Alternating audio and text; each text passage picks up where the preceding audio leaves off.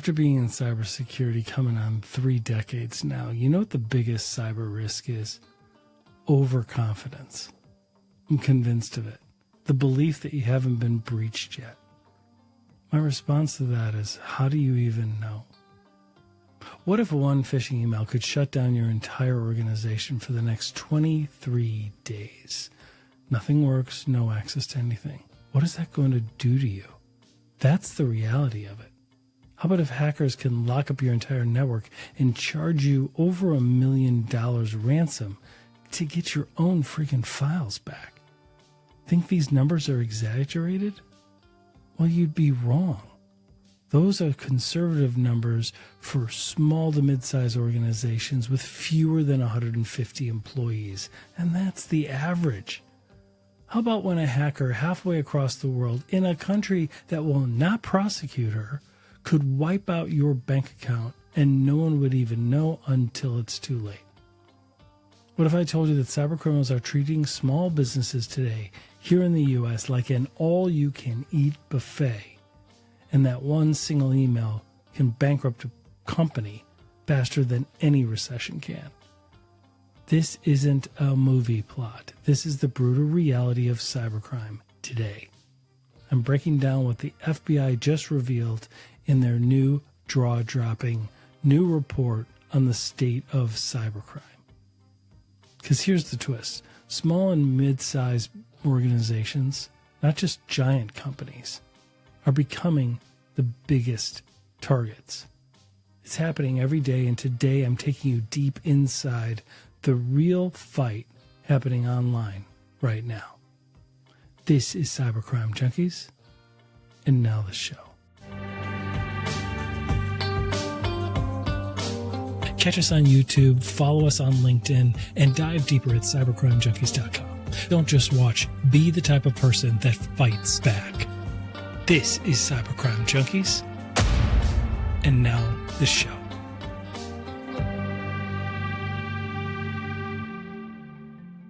What if one fake email could shut down your entire business overnight? Or if hackers could lock up your entire network, all from one employee clicking on a link in an email, and charge you upwards of $1 million to get your own files back? What if that wasn't even a guarantee that you would get them back in the first place? How about when a hacker halfway across the world in a country that will not prosecute her could wipe out your entire organization's bank account and no one will even know about it until it's too late? What if I told you that cyber criminals are treating small to mid-sized businesses just like an all-you-can-eat buffet, and that a single email can bankrupt your organization faster than any recession or tariff challenge ever could? This isn't a movie plot. This is the brutal reality of cybercrime in 2025. I'm breaking down what the FBI just revealed in their jaw-dropping new report. It's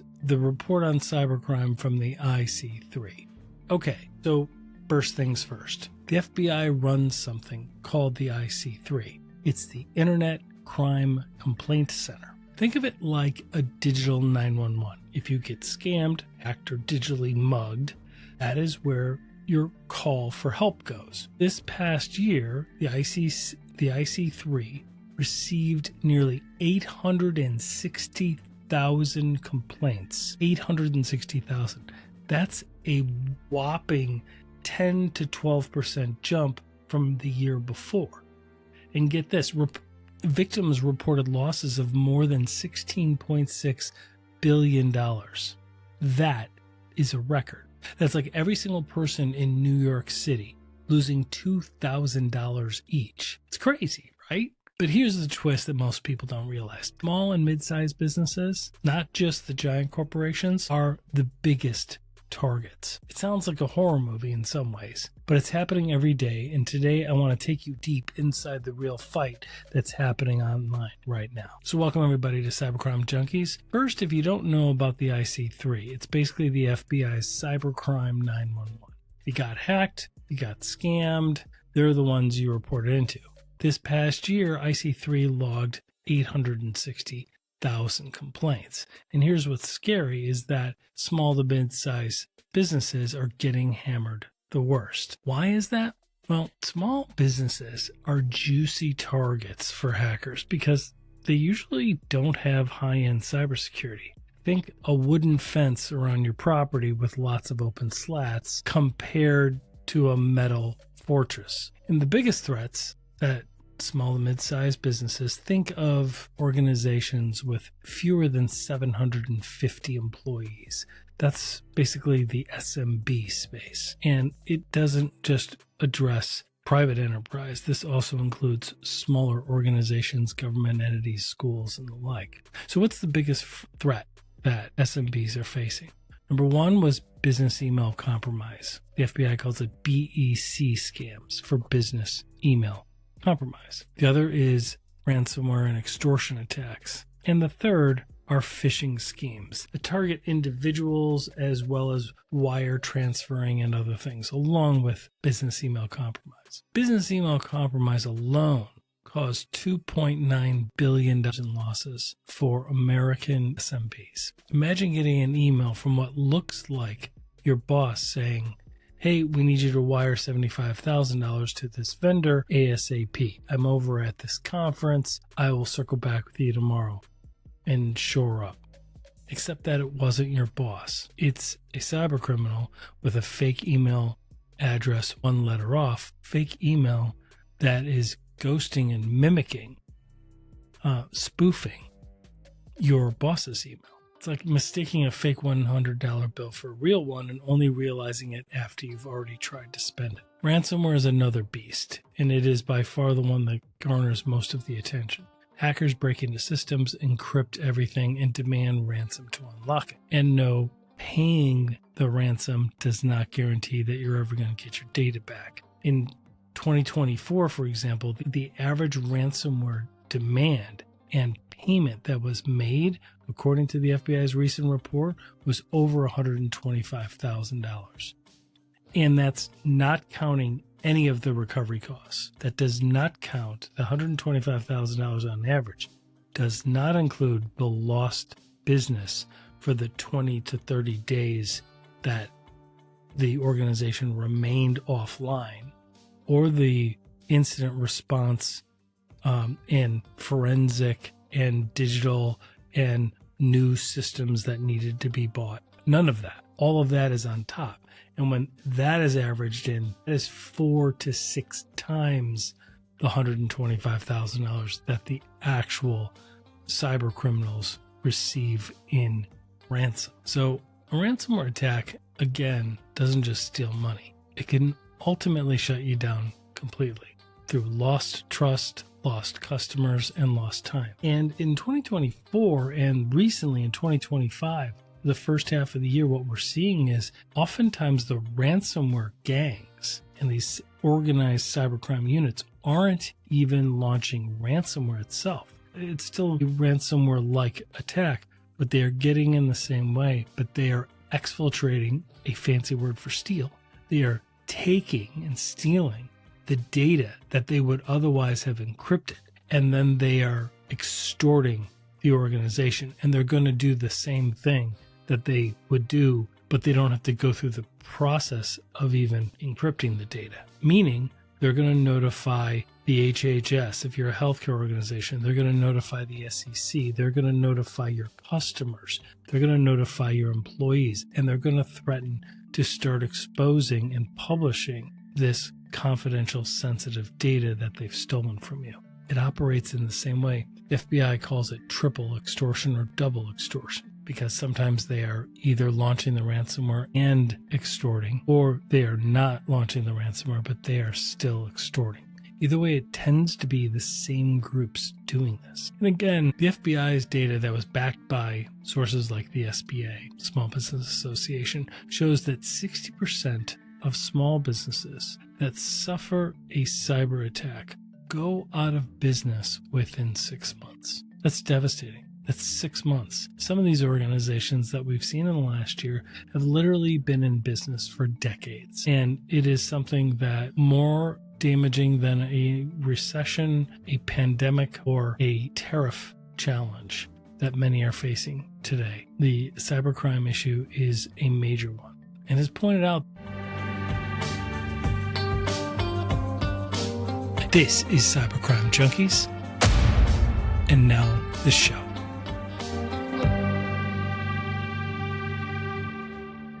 The average time that an SMB is offline during an attack is 23 days. Picture that. Imagine not having access to your systems, not be able to engage with customers and production and delivery and invoicing for 23 days in a row. Are you prepared for that? Are you ready for that? Do you have a plan that you've practiced so you can get up and running in 2 days rather than 23? A lot of this involves just the basic fundamental tenets that everyone talks about. So think of it like this. It's like being in a boxing match and getting knocked out in the first round with no comeback. When you get shut down 23 days, that's what it is. Now you might think, hey, I'm running a small commercial printer, I'm running a bakery, a plumbing company, a freelance graphic design business. Why would hackers care about me? But here's the thing. Small to mid-sized businesses are prime targets because big companies, right? They have armored vaults for their cybersecurity. They have internal security operations teams that are hunting down and stopping threat actors the moment they get in, right? It's not that they don't get in. It's that they are stopped at the gate. They are stopped and neutralized right away before any sensitive data gets stolen or even accessed. And that is really the key. And there are a lot of ways that we've talked about this in the past where small to mid-sized organizations can actually get that level of support. It's just about figuring out what your needs are and allocating and having good conversations. I mean, picture this. Think of it like this. Imagine a burglar walking down the street. They're always picking the house with the open window, right? Not the one with security cameras and an angry Rottweiler sitting there. In the recent report, the IC3 report on the most recent cybercrime trends, two main factors are targeting the small, mid-sized business market. Top threats to the SMBs, hackers posting as trusted partners, suppliers, or even supervisors within an organization. That all falls under business email compromise, right? That is tricking employees into sending money or sending sensitive information. Total losses from BEC recently was $2.9 billion in the US. And then there's ransomware attacks, which we talked about, where they lock up your files, demand money to unlock them. And in 2024 alone, ransomware attacks rose by 18%. SMBs like doctors' offices, schools, and mom and pop shops are being hit because they can't afford what they think is really crazy expensive cybersecurity tools, or they just don't know that this stuff is available. So the average ransom payment, like we mentioned, was $125,000, and that does not include all of the recovery efforts, which are 4 to 5 times that amount. Imagine your laptop, right, gets completely encrypted, and then it spreads like a weed throughout your entire network. And somebody demands a certain cash amount that is ridiculously high to do it. So if you're thinking, well, I don't know if my backups were encrypted also, they claim that they are, I'll just pay the ransom and move on. Now, granted, the FBI always recommends that money not be paid to ransomware gangs, and the reason is because you don't want to fund cybercrime, but also to do so can be tricky. We've had that on prior episodes. To actually make a ransomware payment and to guarantee that the data has been deleted and that it's not going to be leaked and that you're paying a criminal organization that is not banned, right, under OFAC, which is the federal law that bans trade and funding to certain groups on list. You could be brought up on charges doing it. It's really delicate. It's something that that clearly professionals have to handle because you want to make sure all of that is done. And some of it, cyber insurance will provide relief for, and some of it will not. That's something that needs to be addressed. But what the IC3 report talks about is that the report explains that paying the ransom, at least this past year and into 2025, paying the ransom doesn't always guarantee that you get your data back. Check this out. In fact, almost 1 in 4 businesses who paid the ransom from a ransomware attack never recovered their files fully. 1 in 4. That's crazy. So here's the wild part. Most of the attacks and most of the tactics that the cyber criminals are using are ridiculously simple. It's usually a fake email, a phishing email. There's no Hollywood level hacking involved here. Here's a couple examples. A small construction company in Texas wound up wiring $450,000 to what they thought was one of their trusted subcontractors. Turns out it was cyber criminals who slightly changed the subcontractor's email address and sent them a identical invoice. The only difference was that the wiring instructions at the bottom had been changed. One wrong click, $500,000 gone. Here's a few other real examples from the IC3 files. A small accounting firm in Chicago lost $75,000 after a phishing email tricked their payroll clerk. A nonprofit in Florida was locked out of donor records for over 4 weeks because of ransomware. And a custom furniture maker out in Oregon wired $250,000 for a wood shipment that didn't even exist. None of these businesses were huge, but all of them faced massive disruption. In 2025, cybercrime isn't just about stealing your grandma's Facebook account.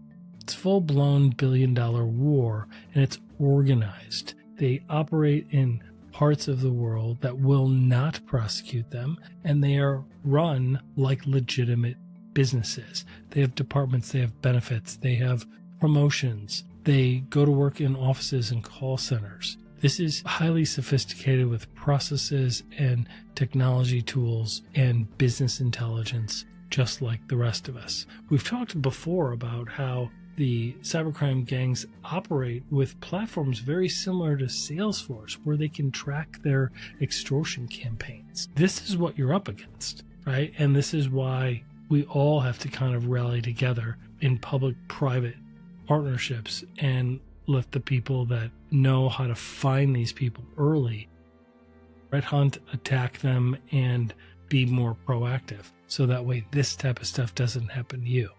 It's all about cyber criminals are all about when they walk by, they're looking for the open door, right? Doing the fundamentals like shutting the door, having a guard dog, doing things like that will get them to move on past you and onto the neighbors that still have those open doors. So, I mean, if cybercrime were a business based on the recent numbers, it would be close to the 3rd largest economy on the planet. When you add up the total amounts of revenue in cybercrime, it's greater than many countries. It's really, really quite shocking. And small businesses, the backbone of the American economy, are getting hammered. So let's zoom in a bit. Small businesses and mid-sized businesses were prime targets in the past year because when you think about it, they're just big enough to have some money, right? But small enough to not have strong cybersecurity defenses. It's the perfect storm for cyber criminals. It's like robbing a jewelry store that forgot to lock its door. And here's the part that people don't hear often enough. We're not just losing the fight. There have been a lot of successes in cyber defenses in the past year. Number one that we've talked about was the FBI takedown of the number one most notorious ransomware gang, Lockbit. Lockbit was one of the world's most notorious ransomware gangs. They attacked hospitals, schools, and even U.S. critical infrastructure. But thanks to a global operation, including law enforcement from the United States, the United Kingdom, Japan, and more, they were busted wide open. Their servers were seized, decryption keys were distributed to victims for free, and their head leaders were exposed publicly, which really undermines the entire cyber criminal ecosystem and the fact that what makes them powerful is their anonymity. One of the other great successes in recent months was the Recovery Asset Team. It's the RAT, the Recovery Asset Team, part of the FBI. They wound up saving and recapturing $852 million. I don't know if you've ever heard of the Recovery Asset Team, but they're like the SWAT team for stolen money. This past year, when businesses reported cyber fraud quickly enough, the elite team from the FBI helped freeze $852 million worth of fraudulent transactions before the cyber criminals could cash it out. One real case, a small engineering firm almost wired $200,000 to a group of cyber criminals. They reported it immediately. The Recovery Asset Team jumped in and froze the transaction, saving the business from that financial disaster. This is Cyber Crime Junkies, and now the show.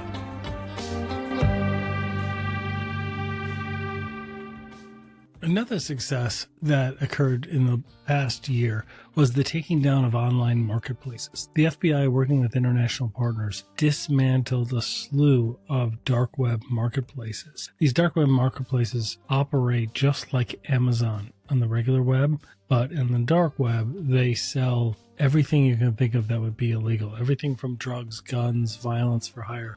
But also they sell ransomware, they sell vulnerabilities, they sell session cookies when certain initial hackers that don't want to ultimately hurt you, they're called initial access brokers, they'll go in and they will break into your organization, but nobody knows about it because they're undetected. And then they will sell that access. Oftentimes, if they leverage a vulnerability in like a browser extension or they socially engineer somebody, they're able to get all of their login credentials. That is why the FBI always recommends never to click the remember me or anything that keeps your session open. Yes, it's convenient, but those are often for sale on the dark web in these dark web marketplaces. The other thing to consider here is remember, and I invite you as always to Google this fact. How long are threat actors or hackers inside an organization's network undetected,